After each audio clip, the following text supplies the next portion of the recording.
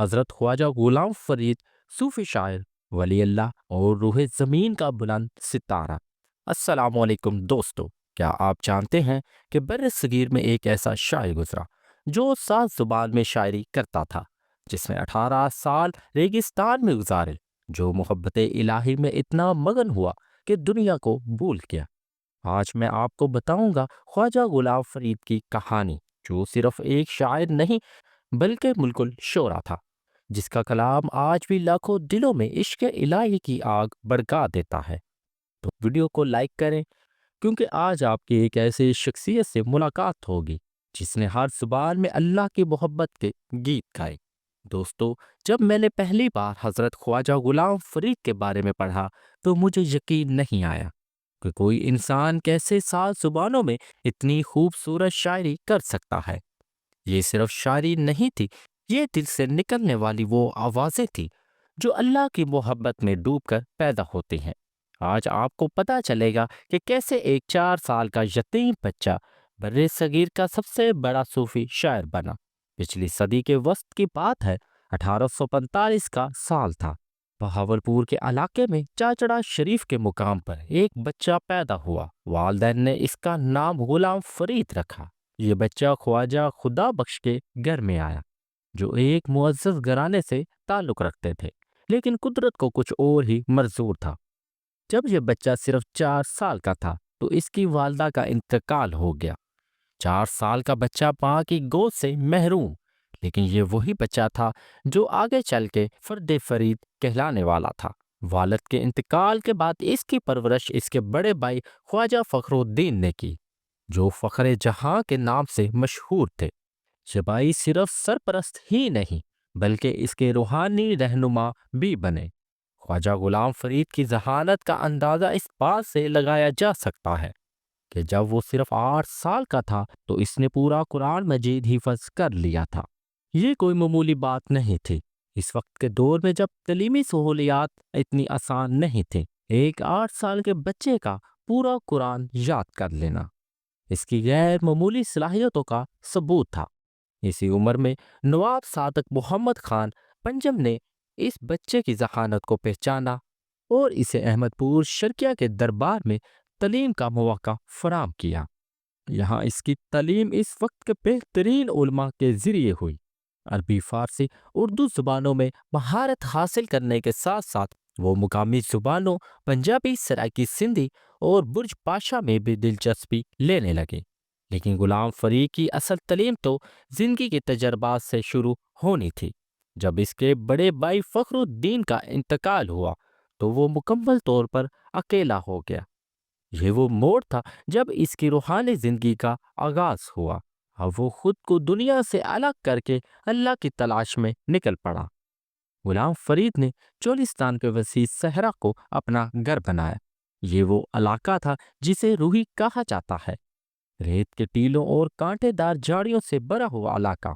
یہاں انہوں نے چلہ کشی شروع کی، جو صوفیوں کی ایک روایت ہے جس میں وہ اللہ کی یاد میں خلوت اختیار کرتے ہیں۔ یہاں ایک بہت اہم بات یہ ہے کہ غلام فرید نے 18 سال اسی صحرا میں گزارے۔ 18 سال یہ کوئی چھوٹا عرصہ نہیں تھا۔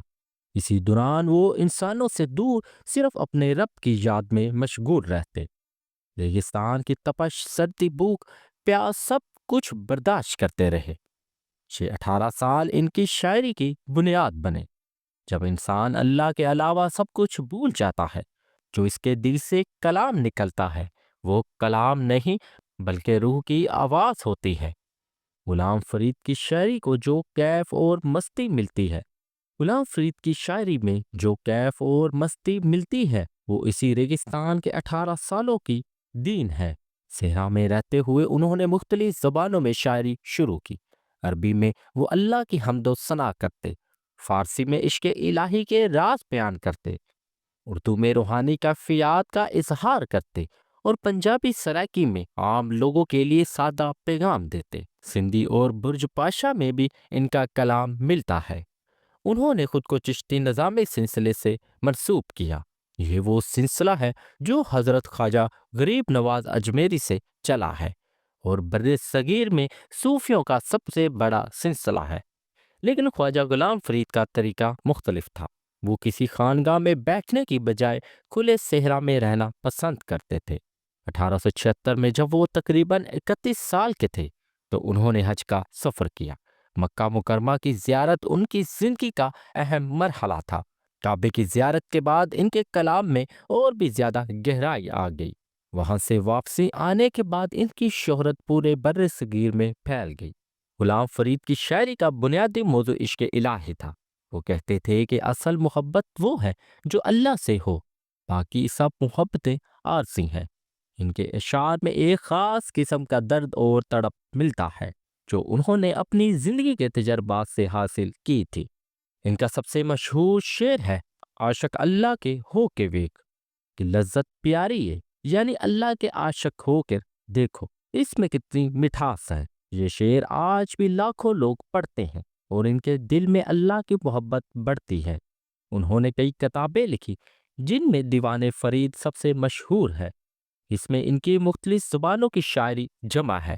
مناقب محبوبیہ اور فوائد فریدیہ فارسی میں لکھی گئی کتابیں ہیں جو صوفیہ تعلیمات پر مشتمل ہے۔ مثنوی معدن عشق بھی ان کی مشہور تصنیف ہے۔ غلام فرید کی زندگی میں ایک اہم پہلو یہ تھا کہ وہ امیر غریب کا فرق نہیں کرتے۔ جو بھی ان کے پاس آتا وہ اسے برابر عزت دیتے۔ ان کے پاس بادشاہ بھی آتے اور فقیر بھی، لیکن سب کے ساتھ یکساں محبت کا برتاؤ کرتے۔ ان کے شاگردوں میں کئی مشہور ہستیاں شامل تھے۔ انہوں نے اپنی تعلیمات کو آگے پہنچانے کے لیے مختلف لوگوں کو تربیت دی۔ ان کے خلیفے مختلف علاقوں میں پھیل گئے اور انہوں نے غلام فرید کے پیغام کو عام کیا۔ غلام فرید کی زندگی کا ایک اور اہم پہلو یہ تھا کہ وہ سماجی خدمت کو بھی اہمیت دیتے تھے۔ جب کوئی قحط پڑتا یا کوئی مصیبت آتی تو وہ لوگوں کی مدد کرتے۔ انہوں نے کئی بار اپنا سب کچھ لوگوں میں بانٹ دیا۔ ان کی تعلیمات کا خلاصہ یہ تھا کہ اصل زندگی اللہ کی محبت میں ہے۔ دنیا کی چیزیں عارضی ہیں، اصل چیز روح کا اللہ سے تعلق ہے۔ وہ کہتے تھے جب انسان دنیا کی محبت سے نکل کر اللہ کی محبت میں داخل ہو جاتا ہے تو اسے حقیقی سکون ملتا ہے۔ غلام فرید کا کلام آج بھی پنجاب، سندھ، بلوچستان اور دوسرے علاقوں میں گایا جاتا ہے۔ ان کے گانے قوال گاتے ہیں، گلوکار گاتے ہیں اور عام لوگ بھی مختلف محفلوں میں ان کا کلام پڑھتے ہیں۔ 19ویں صدی کے آخر میں جب وہ 56 سال کے تھے تو 24 جولائی 1901 کو چاچڑا میں ان کا انتقال ہو گیا۔ انہیں کوٹ مٹھن راجن پور میں دفن کیا گیا جو آج بھی ان کا مزار ہے۔ ہر سال ان کا عرس منایا جاتا ہے جو 3 دن تک چلتا رہتا ہے۔ ہزاروں لوگ دور دراز سے آتے ہیں، چادر چڑھاتے ہیں، قوالی سنتے ہیں اور ان کی یاد میں محفلیں سجاتے ہیں، لنگر کا انتظام کرتے ہیں اور لوگ مل بیٹھ کر کھانا کھاتے ہیں۔ اس میں سب سے دلچسپ بات یہ ہوتی ہے کہ مختلف زبانوں میں ان کا کلام سنایا جاتا ہے۔ پنجابی میں عاشق اللہ ہو کے ویک، سرائکی میں ان کے گیت، اردو میں ان کی غزلیں، فارسی میں ان کی رباعیات۔ یہ منظر دیکھنے سے تعلق رکھتا ہے کہ ایک ہی شخص کی محبت میں مختلف زبان بولنے والے لوگ جمع ہوتے ہیں۔ غلام فرید کی عظمت کا اندازہ اس بات سے لگایا جا سکتا ہے کہ انہیں ملکہ الاشعار کا لقب دیا گیا۔ یہ لقب کسی شاعر کو آسانی سے نہیں ملتا۔ اس کے لیے نہ صرف شاعری میں مہارت بلکہ زندگی میں بھی اعلیٰ کردار ضروری ہے۔ ان کا دوسرا مشہور لقب شاعر ہفت زبان ہے، جو اس بات کی تصدیق کرتا ہے کہ وہ 7 زبانوں میں شاعری کرتے تھے۔ آج کے دور میں جب ایک زبان میں شاعری کرنا مشکل ہوتا ہے تو 7 زبانوں میں اعلیٰ درجے کی شاعری کا تصور ہی حیران کن ہے۔ فرد فرید کا لقب اس بات کو ظاہر کرتا ہے کہ وہ اپنے وقت کے منفرد شاعر تھے۔ ان جیسا کوئی دوسرا نہیں تھا۔ ان کا انداز، ان کا طریقہ، ان کی فکر، سب کچھ منفرد تھا۔ غلام فرید کی شاعری کا ایک اہم پہلو یہ ہے کہ وہ ہر زبان میں اس کی روح کو برقرار رکھتے ہیں۔ پنجابی میں جب وہ شاعری کرتے تو پنجابی کی مٹھاس اور سادگی موجود ہوتی، سرائکی میں ان کی نرمی اور گرم جوشی ہوتی، اردو میں ان کی شائستگی اور نفاست ہوتی۔ ان کی شاعری میں جو بات سب سے اہم ہے وہ یہ ہے کہ وہ دل سے نکلتا ہے۔ یہ کوئی مصنوعی شاعری نہیں بلکہ زندہ تجربات کا اظہار ہے۔ جب کوئی شاعر واقعی اللہ کی محبت میں گرفتار ہوتا ہے تو اس کے دل سے جو کلام نکلتا ہے وہ دوسرے لوگوں کے دلوں کو بھی متاثر کر دیتا ہے۔ آج کے دور میں جب لوگ روحانیت سے دور ہوتے جا رہے ہیں، جب مادی دنیا کا غلبہ بڑھتا جا رہا ہے، تو غلام فرید کا کلام ایک روشن چراغ کی طرح ہے جو لوگوں کو صحیح راستہ دکھاتا ہے۔ ان کے کلام میں تصوف کی اعلیٰ تعلیم موجود ہے، لیکن بہت آسان انداز میں۔ عام آدمی بھی ان کی باتیں سمجھ سکتا ہے اور عالم بھی ان سے فیض حاصل کر سکتا ہے۔ غلام فرید کی زندگی سے سب سے اہم سبق یہ ملتا ہے کہ اصل کامیابی دنیا کی چیزوں میں نہیں بلکہ اللہ کی رضا حاصل کرنا ہے۔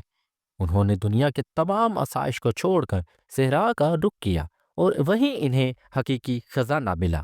ان کی زندگی یہ بھی سکھاتی ہے کہ علم صرف کتابوں سے حاصل نہیں ہوتا بلکہ زندگی کے تجربات سے بھی حاصل ہوتا ہے۔ غلام فرید نے اپنا بہترین علم صحرا کی خلوت میں حاصل کیا۔ ان کی زندگی سے یہ سبق بھی ملتا ہے کہ حقیقی شاعری وہ ہے جو دل سے نکلے۔ آج کل بہت سے لوگ شاعری کرتے ہیں لیکن وہ صرف ذہنی ورزش ہوتی ہے۔ غلام فرید کی شاعری دل کی آواز تھی، اسی لیے آج بھی لوگوں کے دلوں کو چھوتی ہے۔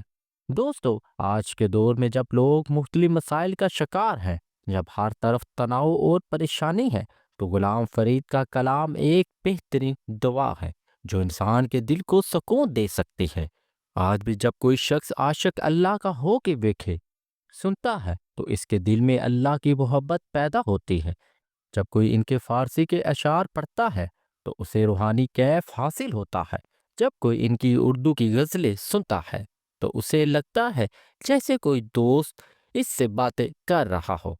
غلام فرید کی تعلیمات کا بنیادی پیغام یہ تھا کہ اللہ سے محبت کرو، اس کی مخلوق سے محبت کرو اور اپنے اندر کے نور کو روشن رکھو۔ یہ پیغام آج بھی اتنا اہم ہے جتنا ان کے زمانے میں تھا۔ ان کی وفات کو 120 سال سے زیادہ عرصہ گزر چکا ہے، لیکن ان کا کلام آج بھی زندہ ہے۔ یہ اس بات کا ثبوت ہے کہ حقیقی کلام کبھی پرانا نہیں ہوتا، وہ ہر دور میں لوگوں کو متاثر کرتا ہے۔ آج جب بھی کوئی شخص کوٹ مٹھن میں ان کے مزار پر جاتا ہے تو وہاں ایک خاص قسم کا سکون محسوس کرتا ہے۔ لگتا ہے جیسے وہ آج بھی وہاں موجود ہیں اور آنے والے کو اپنی برکتوں سے نوازتے ہیں۔ غلام فرید کی زندگی اور ان کے کلام سے ہمیں یہ سبق ملتا ہے کہ انسان کی اصل عظمت دولت یا شہرت میں نہیں بلکہ اس کے کردار اور روحانی بلندی میں ہے۔ وہ آج بھی زندہ ہے کیونکہ انہوں نے اپنا سب کچھ اللہ کی راہ میں قربان کر دیا تھا۔ دوستو، اگر آپ کو یہ کہانی پسند آئی ہو تو ویڈیو کو لائک کریں، چینل کو سبسکرائب کریں اور کمنٹ میں بتائیں کہ آپ کو غلام فرید کے کلام میں سے کون سا شعر سب سے زیادہ پسند ہے۔ کیا آپ نے کبھی ان کے مزار کی زیارت کی؟ اگر ہاں تو اپنا تجربہ شیئر کریں۔ یاد رکھیں، حقیقی محبت وہی ہے جو اللہ سے ہو اور حقیقی شاعری وہی ہے جو دل سے نکلے۔ غلام فرید نے یہ دونوں چیزیں حاصل کی، اسی لیے آج بھی ان کا نام زندہ ہے۔ اور آپ سب کا بہت شکریہ کہ آپ نے یہ کہانی آخر تک سنی۔ اللہ آپ سب کو خوش رکھے اور خواجہ غلام فرید کی برکت سے آپ کے دلوں میں بھی اللہ کی محبت پیدا کرے۔ تو انشاءاللہ ملتے ہیں نیکسٹ ویڈیو میں۔ تب تک اپنا اور اپنے پیاروں کا بہت زیادہ خیال رکھیں۔ اللہ حافظ۔